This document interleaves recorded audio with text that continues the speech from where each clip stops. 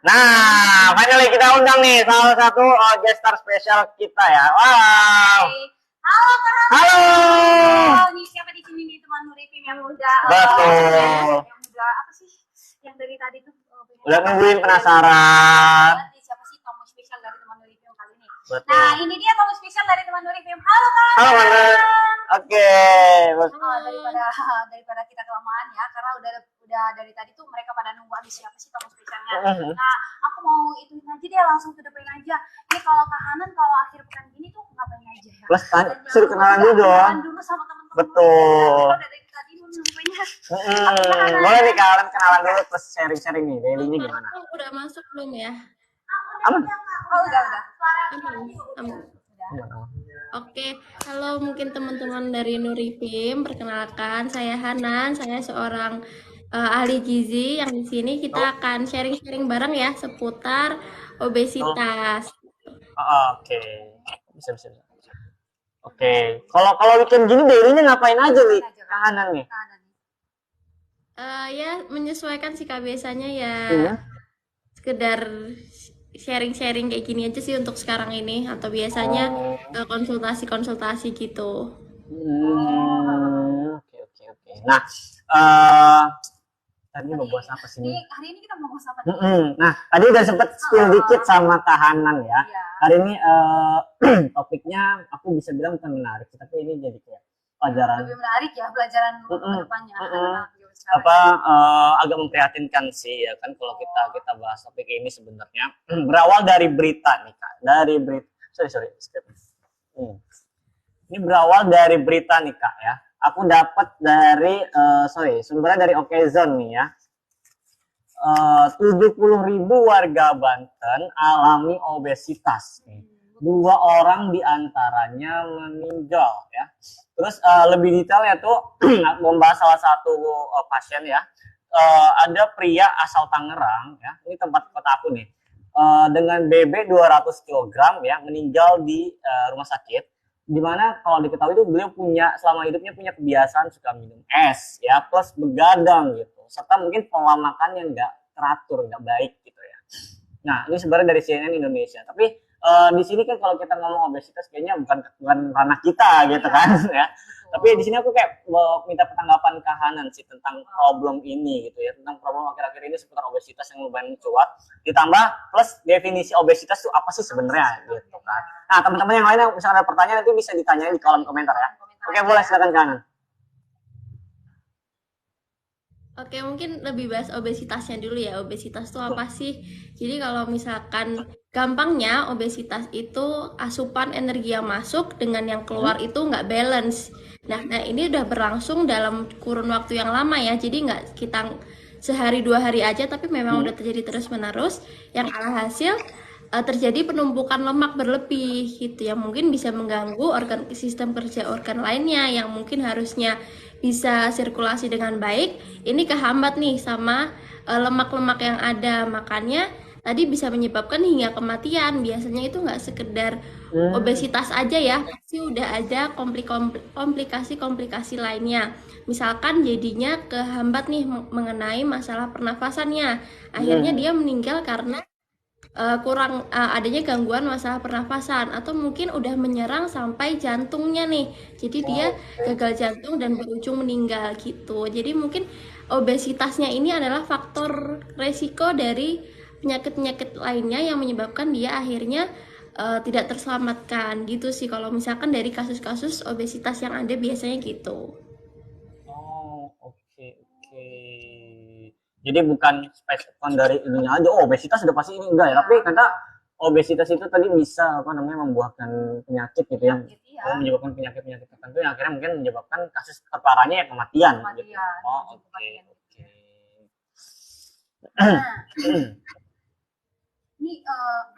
Ini aku juga mau nanyain juga ke Hana nih. Nah kebetulan tuh kemarin tuh aku live juga kan, di teman Nurifim ini. Nah di situ tuh kebanyakan anak usia 10 hingga 12 tahun mereka punya kasus yang sama tuh. obesitas ya. Obesitas juga mungkin karena mereka juga sering konsumsi makanan yang Jajan ya? manis, jajan, apalagi kalau sekarang tuh sudah kembali normal gitu, mungkin di lingkungan sekolah mereka sering Betul. jajan yang kayak Sembarangan. sudah sembarangan, terus makanan yang sehat yang Manis-manis. kayak kurang di apa namanya dikonsumsi. Jadi mereka tuh lebih ke banyak jajan dibanding makan makanan sehat ya. Kurang sehat gitu. Nah, terus itu kalau di usia 10 hingga 12 tahun itu normal nggak sih Kak kalau sebenarnya kena obesitas? Atau karena itu obesitas itu karena faktor genetik atau karena mereka emang tadi pola makan yang buruk gitu, pola hidup yang buruk gitu. Pola hidupnya yang kayak Jadi sebenarnya sehat, gitu. Sebenarnya obesitas tuh bukan hal yang wajar ya, apalagi ini untuk usia yang masih muda, bahkan mereka masih di bawah 17 tahun ya kan. Berarti di sini bisa disebabkan karena asupannya itu sendiri. Meskipun orang tuanya mungkin ada obesitas, si anak juga memiliki resiko obesitas. Tapi selama dia memperhatikan asupannya nih, mungkin dia lebih memperhatikan jajannya, lebih memprioritaskan makan utama dibandingkan jajan, itu sebenarnya masih bisa terbebas dari obesitas itu sendiri. Tapi karena dia memang tadi yang apalagi di depan sekolah tuh sekarang jajanannya lebih ke kayak minuman-minuman serpuk itu, terus kemudian juga sempol atau yang emang tinggi sausnya ataupun tinggi lemaknya. Jadi memang lingkungan sendiri pun juga mempengaruhi kebiasaan-kebiasaan itu. Gitu. Jadi memang kalau ditanya wajar enggaknya, tentu nggak wajar ya. Kemudian juga bisa jadi kebiasaan sejak usia kebiasaan di rumah juga. Misalkan makannya usia segitu biasanya juga makannya tuh maunya yang kering-kering aja, nggak mau dikasih sayur, nggak mau apa. Itu kan juga mempengaruhi asupan sehari-harinya gitu. Jadi ketika kebiasaan itu terus-menerus, alhasil dia di usia mudanya ini sudah obesitas gitu. Tapi kalau dari faktor ada kemungkinan faktor genetik ya? Kenapa? Sebenarnya itu nggak terjadi dari faktor genetik. Apa yang dikatain tadi, Kanan bilang itu nggak ngaruh dari faktor. Iya, maksudnya teman-teman ada yang ngomong soalnya. Kecuali kalau misalnya walaupun ada faktor genetik, kalau si anaknya bisa ngejaga pola makannya, dia nggak bakalan kena obesitas. Soalnya ini disclaimer ya. Ini teman aku yang ngomong soal kayak, kok sorry lu susah banget ya nurunin BB. Oh, gue genetik udah kayak gini di sana gitu. Apa itu cuma kayak pembenaran dia aja gitu. Sebenarnya itu kembali lagi ke faktor resiko sebenarnya pasti ada faktor resiko ya. Yang kurang kontrol. Gimana Kak, sorry Kak? Faktor resiko dari genetik itu pasti ada ya, kalau misalkan orang tuanya memang udah seperti itu. Tapi balik lagi tergantung rutinitas kita, aktivitas kita seperti apa, asupan keseharian kita ya, gitu. Itu yang lebih mempengaruhi langsungnya tuh lebih ke itu. Istilahnya kalau genetik itu secara tidak langsungnya ya. Nah kalau misalkan asupan dan kegiatan sehari-hari itu yang lebih mempengaruhi secara langsungnya gitu. Ya, ini kalau kita lihat angkanya tuh kan ya tinggi banget ya, 70.000.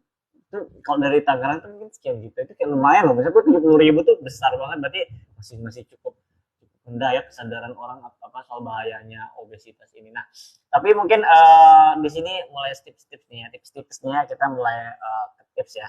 Tapi kayak langkah awal sih, mungkin aku bisa bilang langkah awal ya. Ini anggaplah 70.000 orang ini udah terlanjur ya kena nih obesitas. Langkah awal untuk menurunkan dari yang tadi kategorinya mungkin obesitas gitu ke normal tuh gimana sih kira-kira gitu. Soalnya kan kalau umumnya orang tahu tuh kayak untuk apa misalnya menurunkan BB ya atau diet gitu itu kan ya cuma makan sehat atau makan hidup sehat aja, cuma sebatas itu aja, tapi nggak spesifik step by stepnya gitu, nggak tahu mereka gitu. Nah itu juga soal BB ini kita pasti bingung soal namanya BMI ya, body mass index atau indeks massa tubuh gitu. Nah aku pribadi masih nggak tahu, masih bingung apa namanya dengan ininya. Nah mungkin bisa dijelasin juga sih definisi BMI itu tadi apa kan?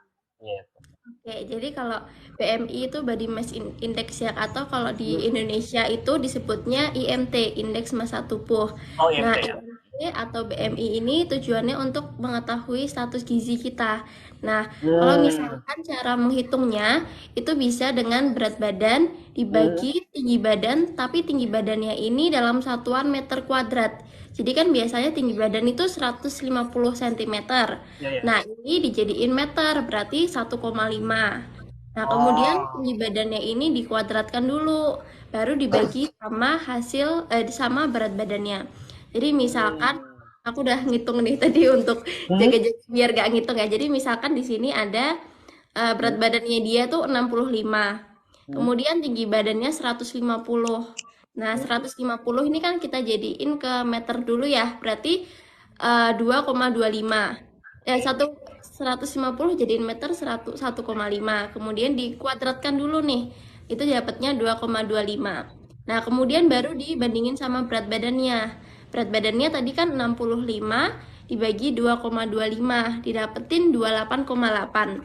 Nah, hasilnya ini yang kemudian kita bandingin sama standarnya. Standarnya itu ketika hasilnya 18,5 sampai 25 itu masuknya normal. Tapi kalau 25,1 sampai 27 itu overweight.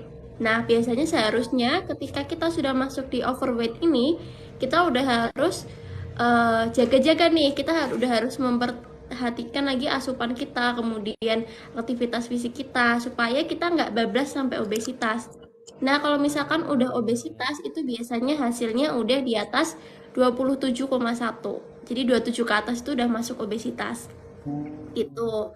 Nah, mungkin untuk yang IMT atau BMI tadi di internet sekarang udah banyak ya untuk menghitung ringkasnya gitu.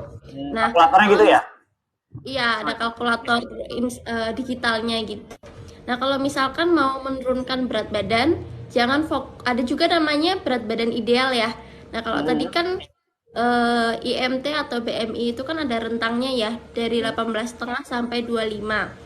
Nah, tapi kalau misalkan berat badan ideal itu lebih saklek lagi, lebih inti lagi. Jadi misalkan berat badan idealnya berat badan saat ini adalah 65. Berarti kita 65 dikali 90%-nya nih. Berapa ya, aku belum ngitung nih untuk yang ini. Jadi kalau misalkan kita mau ngitung BBI itu TB dikurangi dari 90%. Berarti berapa, boleh bantu itu kan nggak, aku lagi Gimana? 65 dikurangi 90% ya. Kurangi 95%. Gimana Kak?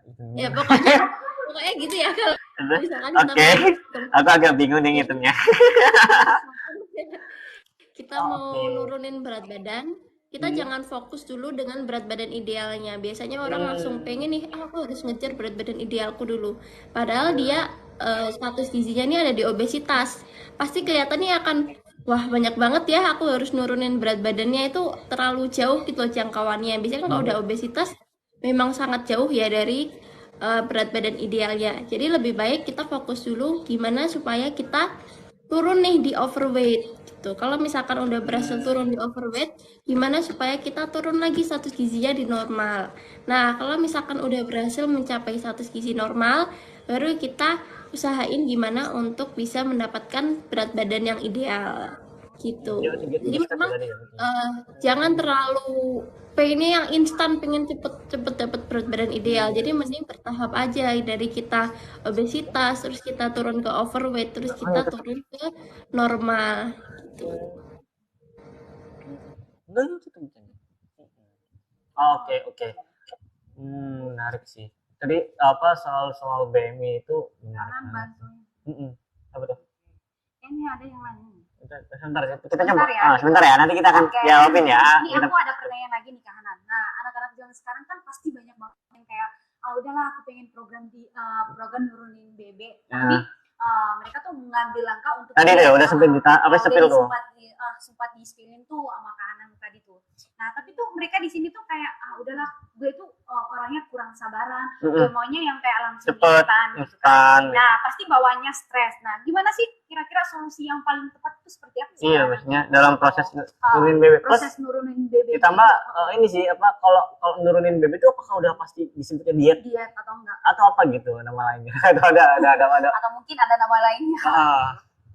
Oke, jadi kalau diet sebenarnya di ilmu gizi itu pengaturan pola makan.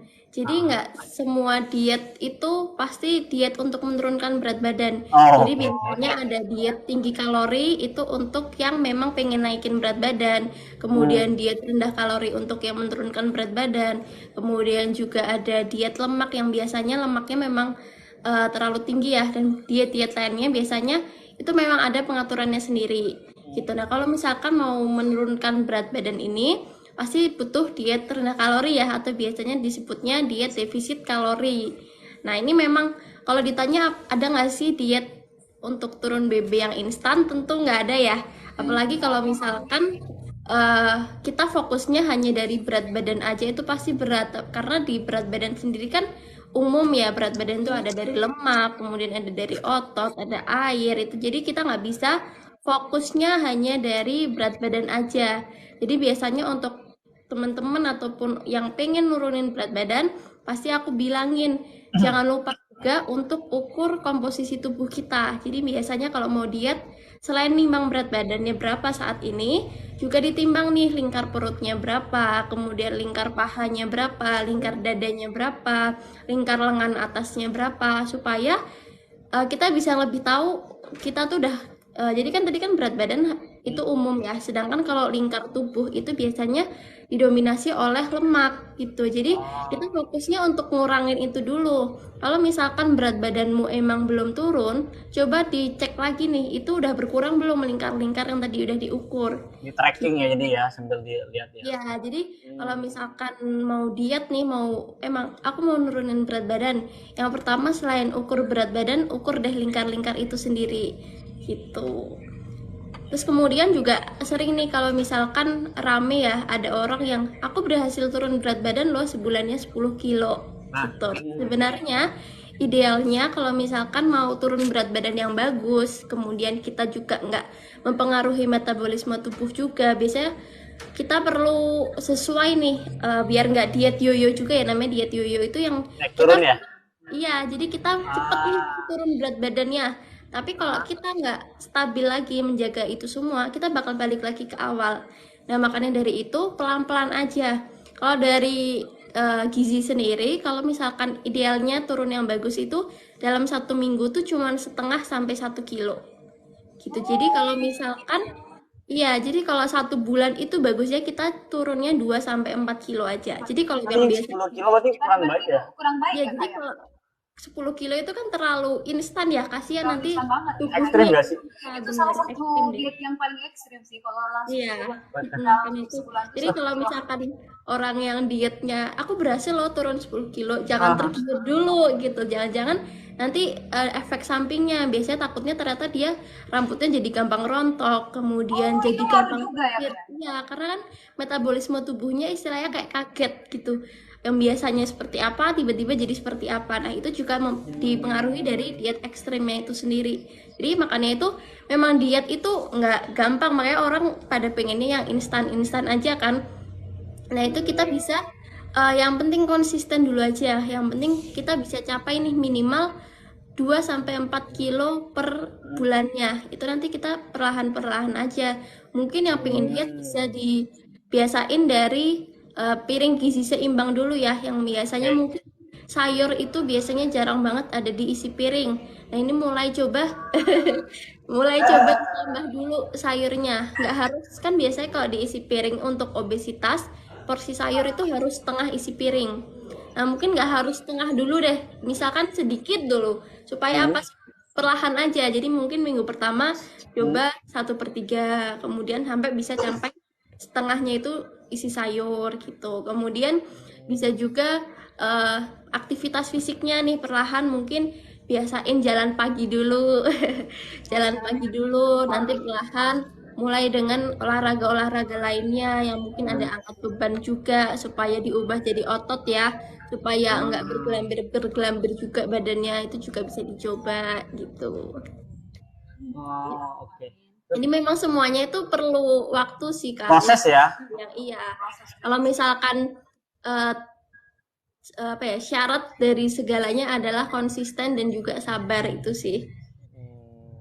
Soalnya kadang-kadang mungkin yang pengen instan tuh karena dikejar deadline ini kali, kayak gue depannya mau kondangan atau mau ada Mungkin karena biasanya dalam satu circle tuh, aduh kayaknya kamu harus turunin lagi deh bebek kamu. itu nggak itu boleh. karena dia merasa insecure.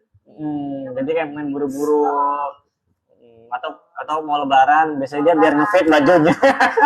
Ayo turunin cepet-cepet. Turunin lagi. Nah, tapi kalau yang tadi kita udah sempet bahas ya kan, kita lebih banyak mungkin tadi kan dari berita gitu kan, terus dari apa namanya, dari kamu juga tuh, ada kasus kamu juga. Nah ini menarik nih, mungkin kalau misalkan kita tanya Kak Hanan langsung ya.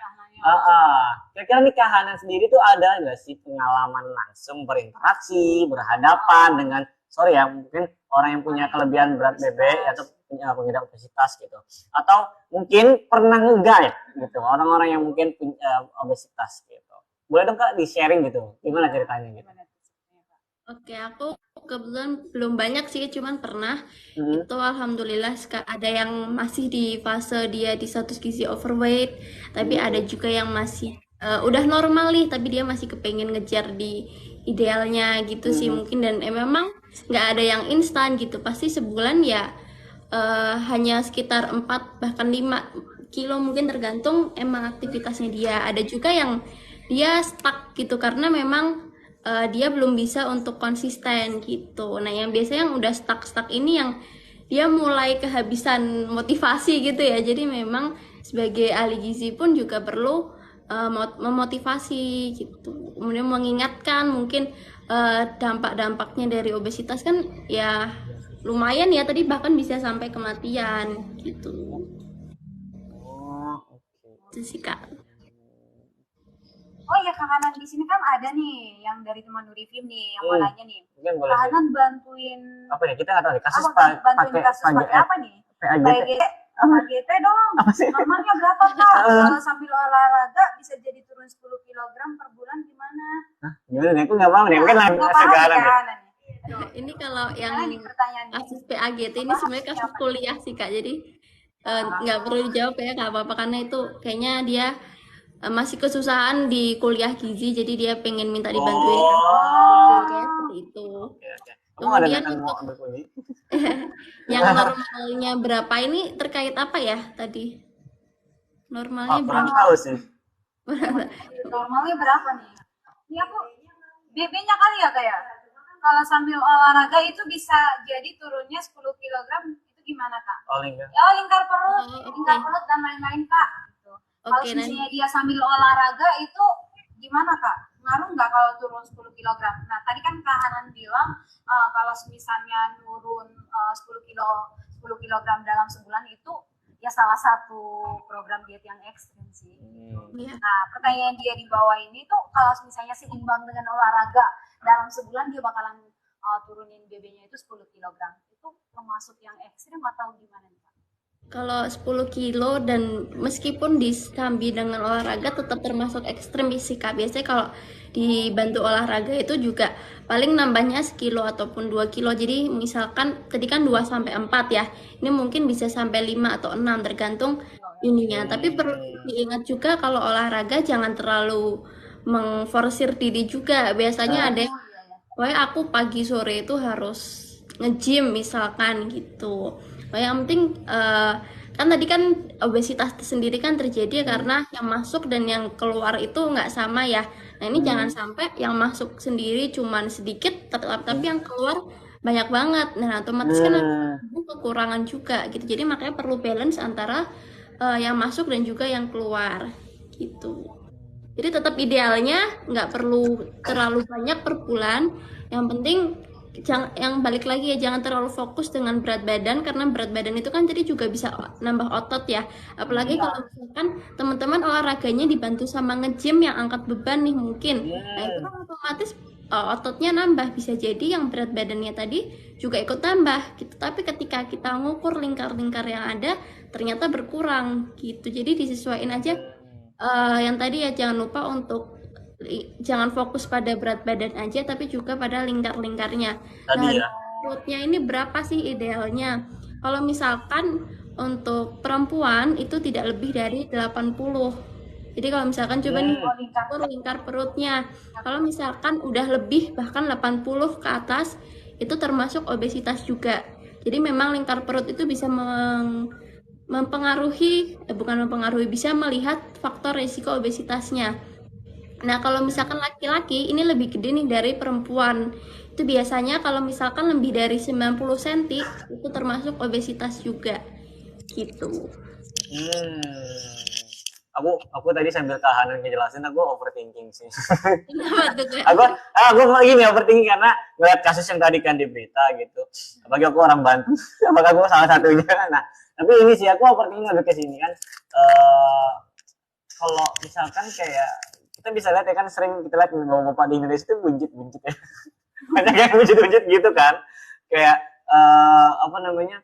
Aku penasaran sih kalau buncit itu termasuk obesitas atau bukan sih gitu kan. Terus cara mengantisipasi kita nih atau agar biar nanti pas usia segitu kita nggak obesitas tuh gimana, Kak?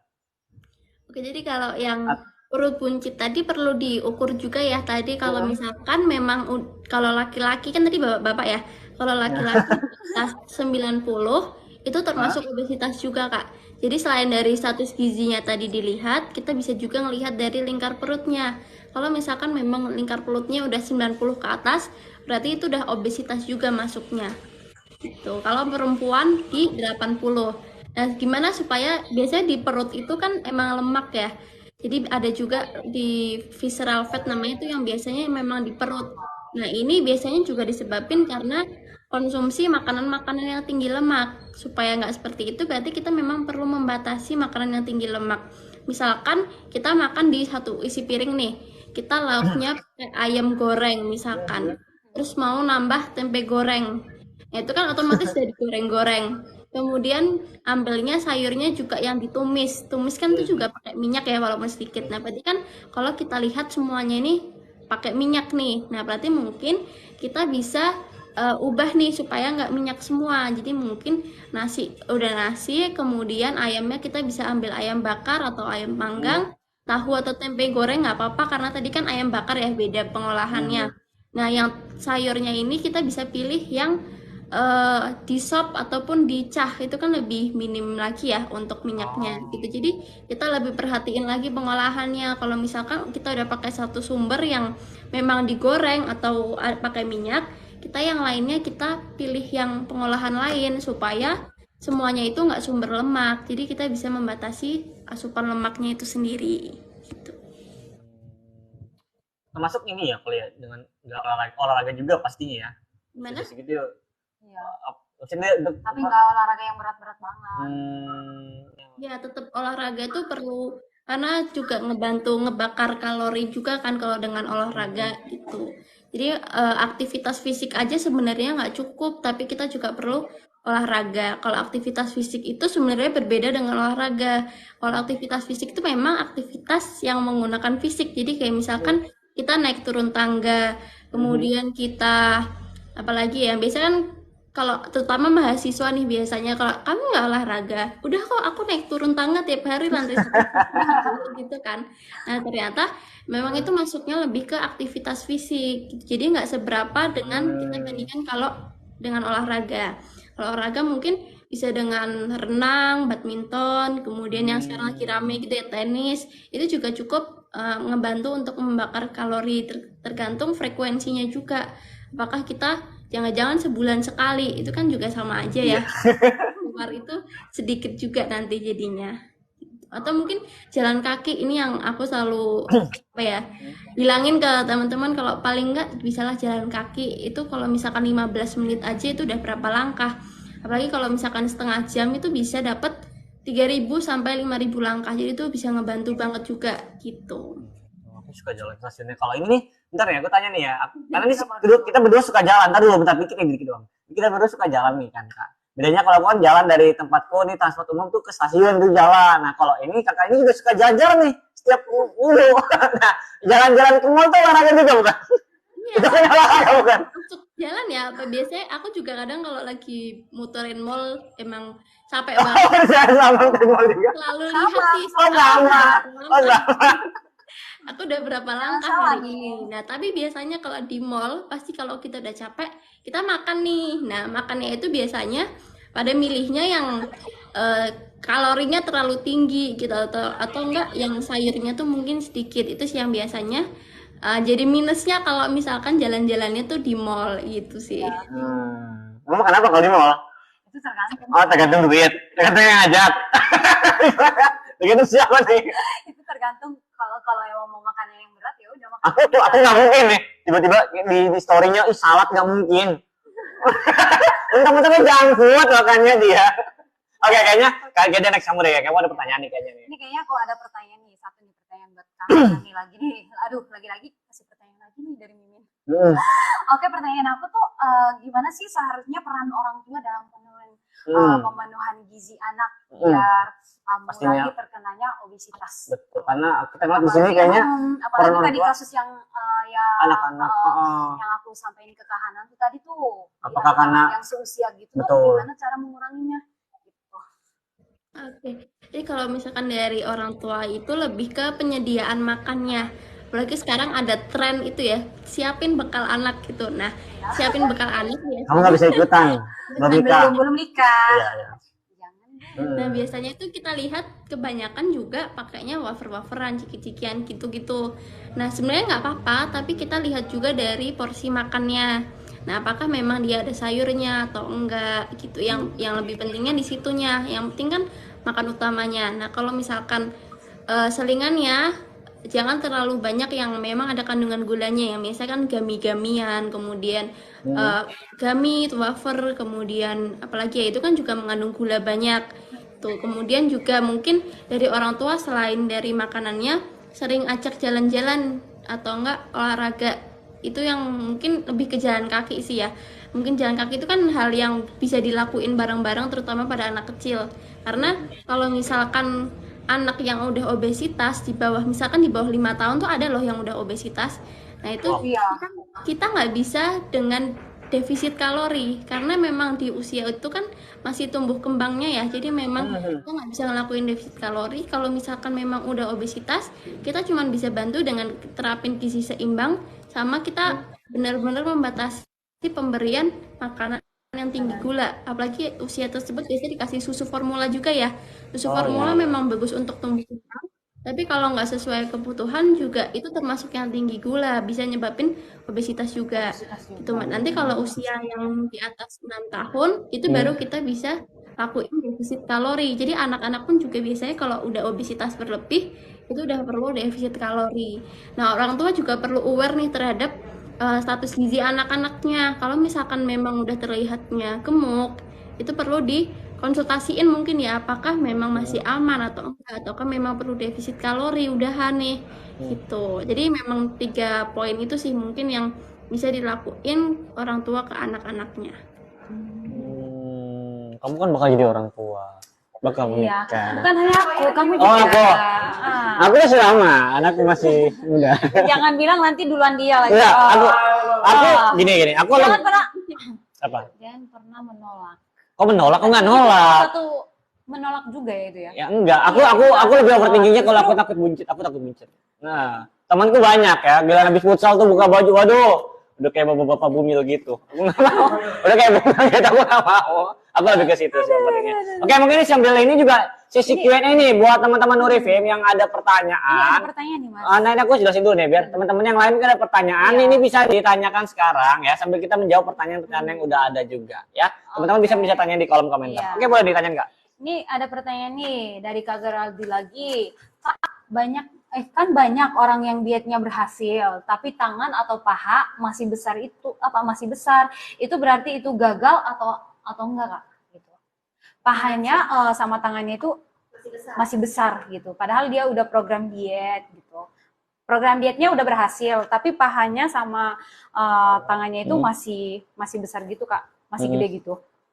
Oke, jadi kalau masih besarnya ini sebenarnya perlu dicek juga ya berkurang apa enggak nih tapi dari yang sebelumnya.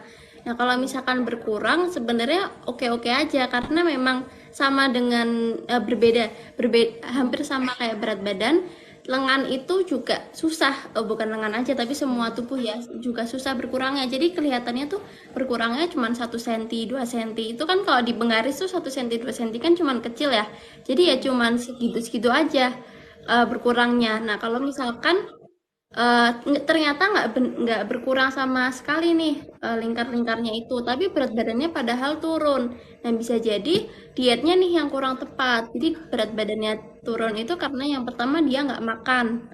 Kemudian bisa juga dia konsumsi obat-obatan yang ngedetoks tubuhnya dia nih, yang mungkin mengeluarkan cairan-cairan berlebih yang alhasil tubuhnya terlihatnya sama aja, tapi padahal berat badannya berkurang. Nah, itu bisa jadi karena ternyata yang keluar itu yang berkurang bukan lemaknya, tapi bisa jadi yang berkurang itu cairannya. Gitu. Oh, iya. Nah, ini ada pertanyaan lagi nih Kak. Ini pertanyaan lagi, Kak, kalau punya teman yang obesitas tapi diajak untuk nurunin BB, susahnya gimana ya? BB-nya susah. BB-nya susah gimana ya? Alasannya malas Kak. Itu tuh. Kebetulan temanku juga ada sampai ya emang susah ya kalau misalkan belum ada niat di hati seseorang tuh susah. Mungkin kita bisa bantu dengan ketika main bersama coba banyakin jalan kakinya, mungkin yang cuman dekat kita ajaknya jalan kaki aja daripada naik kendaraan. Kemudian misalkan kita lagi ngopi bareng atau pesen makan bareng gitu, nah kita bantu pantau atau batasi, mungkin dia kalau misalkan pesen kopi yang biasa mungkin kita minta yang lebih less sugar, atau mungkin kalau misalkan nggak ada masalah lambung bisa juga yang tanpa tambahan gula ataupun susu, itu juga bisa ngebantu. Mungkin dari hal-hal kecil sih yang mungkin bisa kita rangkul atau ajak bareng-bareng.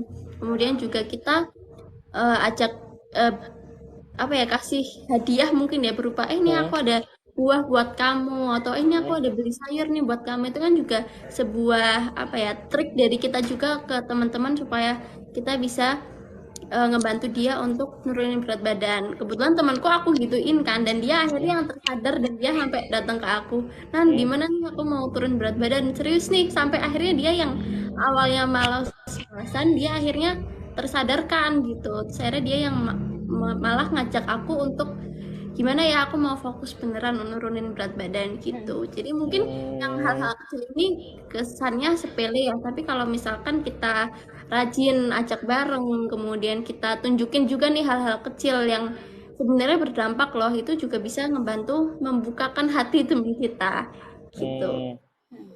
Oke. Ini lanjutin Oh tadi iya, tadi lanjutin lagi pertanyaan yang dari Kak Gerdi yang tadi Kak, yang padahal udah program diet tapi tangan sama pahanya itu masih gede gitu. Nah, itu untuk cara ngecilinnya itu gimana ya Kak ya? Cara ngecilinnya? Gitu. Kalau di yang lingkar-lingkar itu kan tadi karena lebih ke karena asupan ya, jadi asupan lemaknya, kemudian asupan gulanya. Berarti cara ngecilinnya tentu kita lebih memperhatikan itu. Nah, di isi piring ataupun gizi seimbang itu juga udah ada sebenarnya porsinya kita harus berapa sih. Kemudian kita juga harus memperhatikan batasan gula, garam, lemak nih. Nah, kalau dari yang disarankan itu gula itu tidak lebih dari 4 sendok per harinya. Kemudian lemak juga nggak lebih dari 5 sendok. Kemudian juga untuk garamnya nggak lebih dari 1 sendok teh.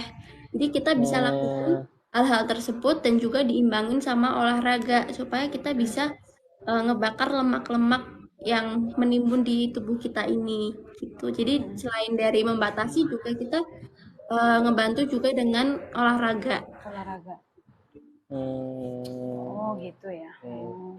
Nih, ini apa namanya? Apa nih? Aku mikirnya ya, kayaknya tuh kebanyakan yang pengidapnya itu kayaknya dari orang-orang yang putus cinta nggak sih? Nah, biasanya gini, tikusnya.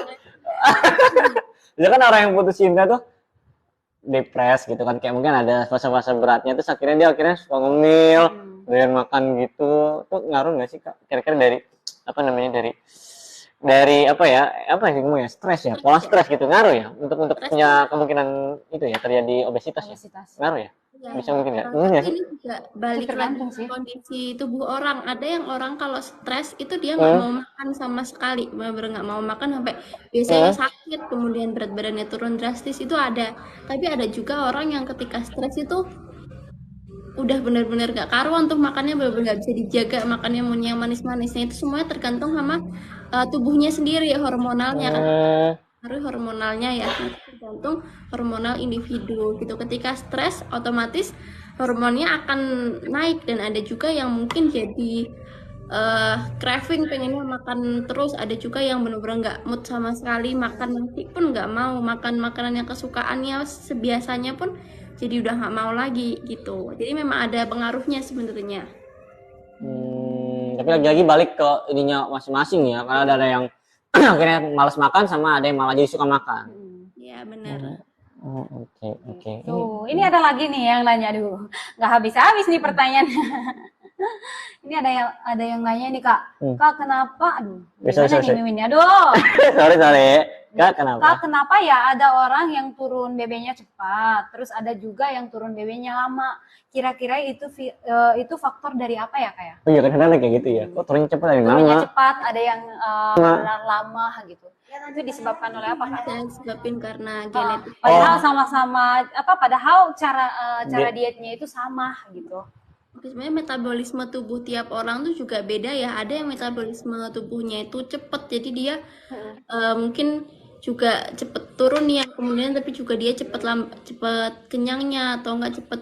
Pokoknya dia memang metabolisme cepet kerjanya, tapi juga ada yang metabolismenya lambat. Nah mungkin yang bisa ngebantu ini kita lebih perhatiin jam-jamnya ya. Jadi jam makan kemudian jam selingan itu mempengaruhi metabolisme tubuh kita. Makanya biasanya selalu diingetin jangan pernah skip sarapan, karena itu juga ngebantu metabolisme tubuh kita. Jadi metabolisme tubuh kita mengenali nih aktivitas kita sehari-hari gimana. Jadi mungkin bisa nih maksimal kalau sarapan jam 8 mungkin, kemudian untuk makan siang maksimal jam 1, makan malam maksimal jam 7 mungkin. Nah ini juga mempengaruhi metabolisme tubuh kita. Kalau misalkan metabolisme tubuh kita udah mengenal, itu biasanya bisa ngebantu untuk turun berat badannya lebih cepat gitu. Jadi memang tiap individu berbeda gitu. Dan juga masalah hormonal tadi juga bisa mempengaruhi ya. Oh gitu ya Kak. Oke. Ini satu lagi nih, coba Min, bacain Min. Ini pertanyaan terakhir ya. Nah, untuk IMT patokannya pakai WHO atau apa Kak? Soalnya rada bingung nih, obesitas IMT-nya berapa gitu. Oh, ada standarnya WHO atau apa ya? Jadi kalau misalkan kita searching standar IMT atau BMI ada dua, ada yang nasional sama WHO. Nah sebenarnya kalau kita pakai yang WHO itu kita ngikutin internasional ya. Sedangkan kalau misalkan internasional itu berbeda dengan kebiasaan yang ada di Indonesia. Nah makanya itu kalau misalkan untuk orang Indonesia kita fokusnya yang nasional aja. Jadi kita ngebandinginnya sama memang populasi-populasi yang ada di Indonesia. Nah kalau misalkan dikatakan obesitas dengan skala atau klasifikasi yang nasional, itu kalau hasilnya lebih dari 27. Nah sedangkan kalau misalkan kita pakai nasional, kita 25 sampai 27 itu udah masuk obesitas tingkat 1 gitu. Jadi kenapa dibedakan, karena yang nasional ini memang dikhususkan untuk orang-orang Indonesia yang disesuaikan dengan kebiasaannya. Jadi kalau bisa kita fokus dulu aja ke yang nasional gitu. Oh gitu ya Kak. Oke. Oke, kayaknya ini dari tadi ada yang penasaran nih Kak.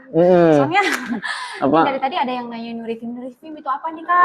Ini banyak jawaban apa nih? Mungkin ini sesi buat Mimin satu menjelaskan. Iya, aku menjelaskan dulu ya Kak ya. Nurifim itu apa sih sebenarnya ya? Mungkin boleh Min. mungkin aku jelasin dulu ke teman-teman Nurifim yang udah dari tadi temenin kita di live ini ya Kak Hana ya. Ini aku jelasin dulu ke kalian. Jadi buat kalian mungkin Kak siapa nih tadi? Kak Lisa dan kawan-kawannya. Ini aku mau ngasih tahu ke kalian, mau jelasin dulu ke kalian. Jadi si Nurifim ini dia itu salah satu minuman detox gitu atau minuman serat gitu yang bisa membantu program diet kalian, membantu melancarkan BAB, menjaga daya tahan tubuh, dan dia juga bisa membantu menurunkan kadar kolesterol yang ada di dalam tubuh kalian. Dan untuk si Nurifim ini dia itu sudah ber-BPOM dan dia juga sudah tidak ada penambahan gula ya. Jadi dia itu benar-benar pakai pemanis alami banget. Jadi kalau misalnya kalian kalian kadar kolesterolnya sering naik, terus BB kalian juga sering naik, terus pencernaan kalian juga sering bermasalah, kalian bisa langsung aja konsumsi si Nurifim ini. Nah, berhubung aku juga mau ngasih tau kalian, kita tuh saat ini lagi diskon 50%.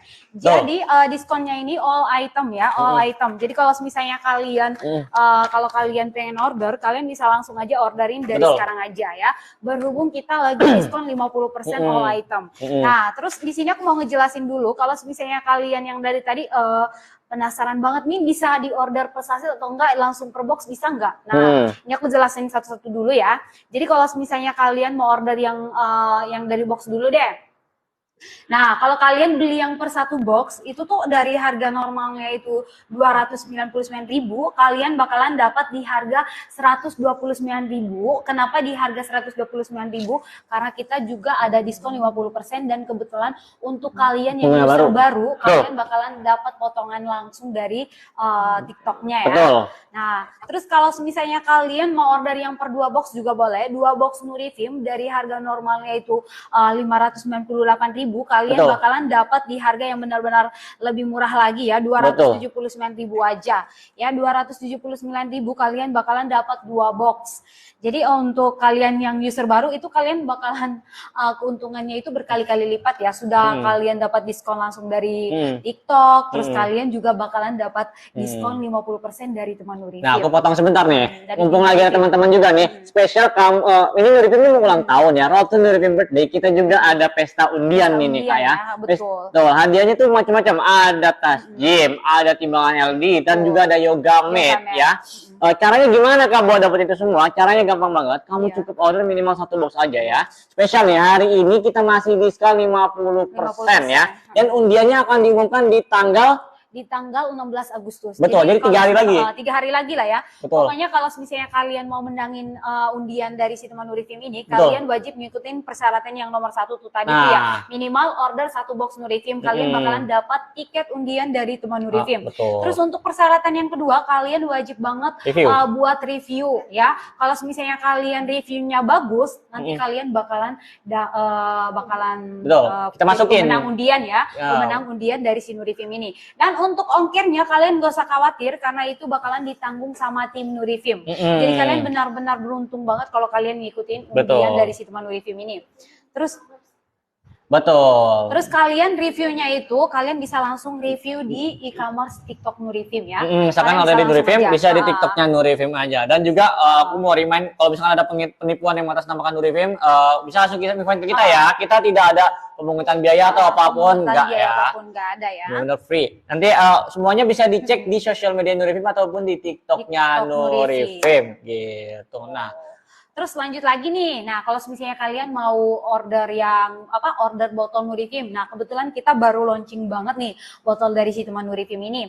Nah, kalau misalnya kalian mau, ini tuh dari harga 110.000 kalian bakalan dapat di harga yang lebih murah lagi ya. Kalau misalnya kalian user baru, kalian dapat di harga 35.000. Wow, ya. 35.000 kalian bakalan dapat botol cantik ini. Untuk saat ini tuh yang ready cuman yang lilac aja. Untuk yang black dia sudah sold out semuanya. Jadi kalau kalian mau order botol Nurifim, kalian bisa langsung aja order di sini aja ya biar kalian dapat banyak banget diskon dari si teman Nurifim. Terus Terus selain itu juga, aku juga mau ngasih tau kalian, kalau misalnya kalian mau order yang per saset juga boleh ya. Untuk sasetan Nurifim, satu saset aja kalau kalian penasaran banget nih satu saset ini tuh dari harga normalnya itu 32.000 kalian bakalan dapat di harga 16.000 aja. Atau kalian mau order yang 3 saset juga boleh. 3 saset itu dari harga 96.000 kalian bakalan dapat di harga 31.000 aja ya. Nah, kalau kalian mau order yang 7 saset juga boleh kok. 7 saset itu dari harga normalnya 224.000 kalian bakalan dapat di harga 92.000 aja. Ya, 92.000 kalian bakalan dapat 7 saset dari teman Nurifim. Jadi kalau misalnya kalian yang penasaran, kalian bisa langsung aja di order ya. Berhubung lagi ada flash sale, ada diskon, terus kalian juga bakalan dapat undian menarik dari si teman Nurifim. Ya. Betul. Mungkin teman-teman yang masih join atau yang baru join bisa ini ya, bisa absen aja kali ya, absen dari mana asalnya gitu. Sayang banget ya kita udah menjelang sesi akhir nih, padahal seru banget ya. Seru banget nih. Hari ini tuh kita teman-teman yang baru join nih ya, 100 orang lebih, kita tuh bahas soal obesitas. Mungkin teman-teman yang lihat juga di berita tuh banyak ya. Iya, banyak banget ya kasusnya. Ada yang meninggal, bahkan sampai meninggal. Nah, ini kita bahas di sesi kali ini. Tapi sayang banget ya Kak Hanan ya. Iya, sayang banget waktunya. Sekarang tuh kita udah selesai, tapi ya, ada lagi kok, ada satu mungkin pertanyaan yang mewakili dari teman Nurifim, betul, dari Nurifim juga ya. Nah, soal obesitas nih lagi-lagi ya, mungkin Kak Hanan sebagai ahlinya, ahli gizi gitu, tolong dong guide kami gitu ya, beri kita pesan gitu ya, untuk semua kalangan pastinya akan sadar ya, agar kita tuh sadar bahayanya obesitas gitu dan pentingnya menerapkan hidup sehat. Boleh nih. Boleh nih. Sama Kahanan. Kahanan nih. Sampai grogi aku. Sampai grogi nih. Semakin rame ya ini ternyata. Iya, semakin rame nih, aduh. Sayangnya waktunya kurang cukup nih. Mau diperpanjang aja nih, gimana? Perpanjang aja gimana nih? Gimana SOW-nya nih? Jadi kalau misalkan teman-teman mungkin kalau dilihat obesitas tuh hanya sebuah kelebihan berat badan aja ya, tapi padahal kalau misalkan obesitas ini nggak ditangani atau dibiarkan terus-menerus bisa berdampak ke masalah gizi lainnya. Misalkan kayak yang tadi udah kita bahas ya, kalau misalkan obesitas juga bahkan bisa menyebabkan kematian, kemudian bisa menyebabkan orang yang sesak nafas karena mungkin bebannya ini terlalu berat ya, kayak misalkan kita naik tangga yang status gizinya normal aja udah engap, apalagi orang-orang yang mungkin diabetes, obesitas itu biasanya lebih ada masalah gangguan pencernaan, pernafasan. Jadi memang obesitas ini terkesan hal yang kecil, tapi ternyata bisa menyebabkan penyakit-penyakit masalah gizi lainnya.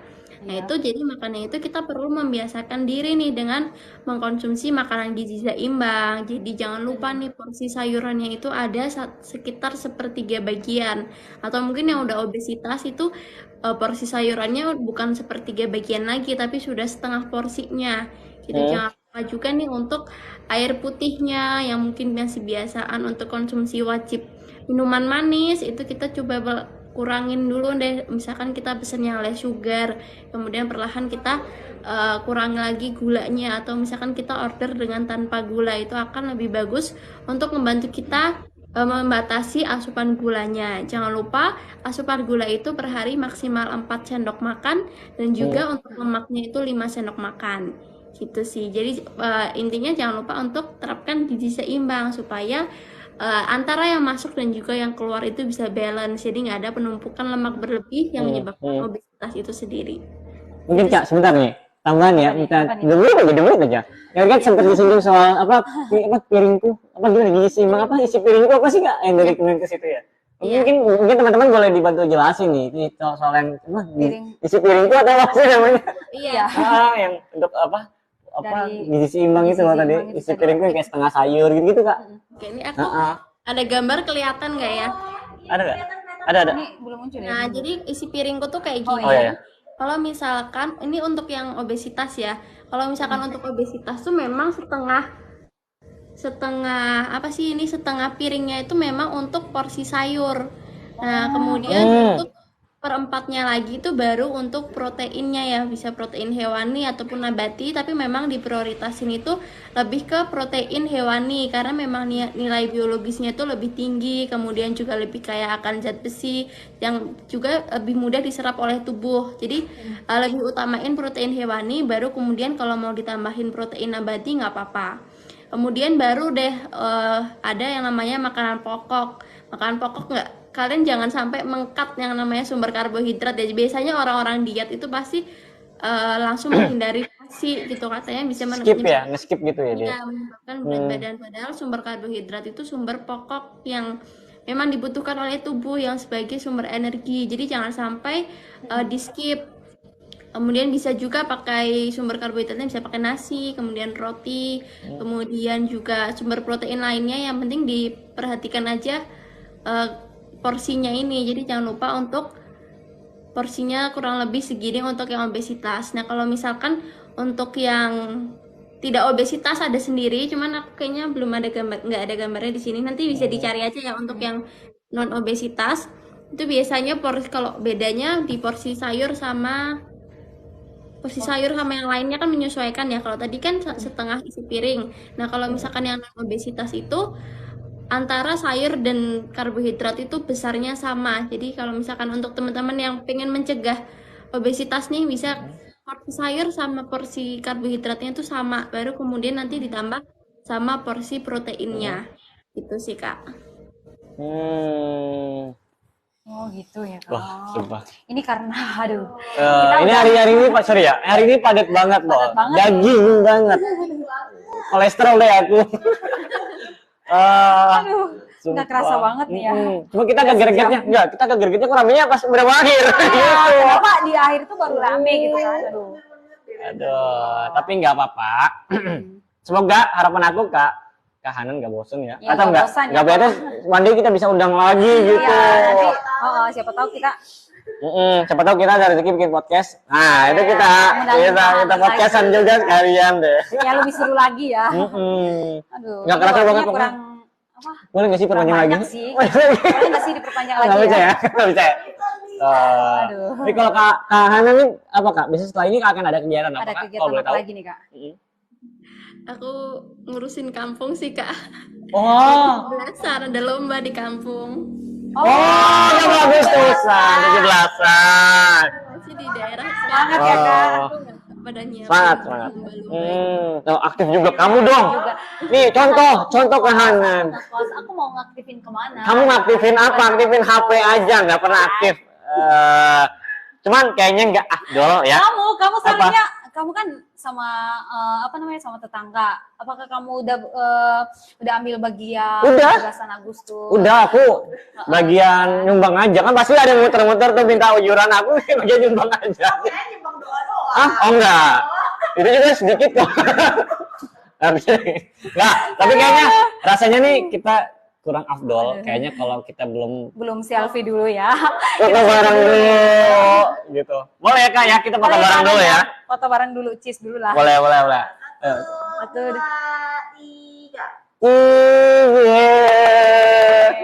Nah, oke, sebelumnya aku pastinya mau terima kasih banget buat terima Kak kasih. Hanan nyempetin waktunya di tengah-tengah kesibukannya loh. Iya. Ada kesibukan juga hari ini di sekitar ininya rumahnya. Thank you banget buat insight-nya Hari gitu. ini, Lagi-lagi aku bilang jangan bosan atau jangan kapok ya kalau kita undang lagi. Betul. Dan pastinya sukses selalu buat Kak Hanan dimanapun. Apa namanya ya, buat teman-teman yang lain ya masih stay juga ya, ini dari tadi yang udah temenin kita. Betul. Dan juga kalau mau dapat informasi soal gizi atau apapun bisa langsung di follow nih TikToknya Kak Hanan ya. Kalian ya. Oke. Oke, buat Kak Hanan terima kasih untuk hari ini. Mohon maaf kalau misalnya dari Mimi Nuri Film ada kesalahan atau banyak nanya nih. Atau banyak nanya dari tadi ya. Iya. Mohon maaf banget nih Kak Hanan ya. Dan pasti makasih banget dan kita kayak belum mau berpisah gitu loh, tapi kita harus say goodbye. Say goodbye dulu nih, kayaknya aduh. Makasih banyak Kak Hanan. Thank you. Ketemu lagi. Sehat-sehat. Sehat-sehat Kak Hanan ya. Aku keluar ya ini ya. Iya, makasih. Makasih Kak Hanan.